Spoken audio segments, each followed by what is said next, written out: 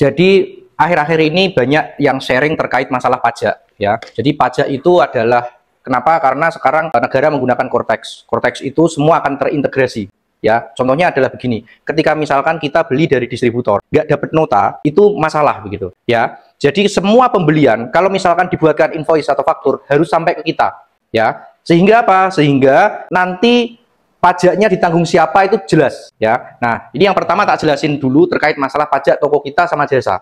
Kalau kita itu bayar pajaknya ada dua. Yang pertama adalah untuk toko kita sendiri ya, sama ada jasa yang pendampingan jasa. Kalau toko itu kita PPh final namanya, PPh final 0,5%. Salah satu toko kita misalkan omsetnya 7 juta per hari, berarti satu bulannya ada 210 juta. 0,5%-nya 210 juta itu 1.050.000. Jadi ini yang pajak yang kita bayar per bulan. Jadi toko yang omsetnya 7 juta per bulannya pajak PPh finalnya 1.050.000 ya. Jadi pokoknya 0,5% dari omset itu toko. Jadi ini adalah selesai, toko kita pajaknya begini dan bayarnya ini adalah per bulan.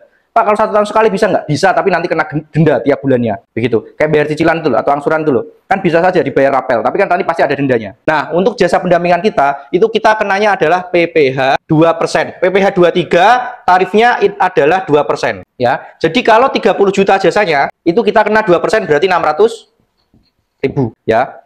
Sampai sini paham ya? 600.000. Nah, jadi kita nanti akan begini. Kalau misalkan kita 600 itu yang bayar siapa? Yang bayar adalah kalau misalkan kita dengan perorangan yang bayar kita. Kalau kita matok jasa 300.000 adalah yang masuk ke kita berarti 29,4 juta itu masuk bersih ke kita. 600.000-nya kita masukkan ke pajak atau kas negara. 600.000-nya. Begitu. Nah, kalau kita itu kan nanti mitranya ada perorangan ada badan. Kalau perorangan bayar ke kita wajibnya adalah 30 juta. Ini yang 30 juta ya, yang toko sedang ya. Nanti yang 600 kita yang bayar. Tapi kalau kita menggunakan ketemunya dengan PT atau CV atau yayasan atau yang lain, mereka boleh bayar ke kita 29.400. Atau jasa yang disepakati berapa? Misalkan 40 juta, berarti ya dikurangi 2%, dikurangi 800.000 begitu. Jadi 9.200.000. Misalkan begitu. Nah, yang 600-nya mereka yang bayar ke kas negara. Mereka tinggal menunjukkan ke kita buktinya. Kita nggak bayar. Betul. Ya, sebenarnya mereka pasti akan menanyakan, ini untuk PPh 23-nya yang bayar siapa?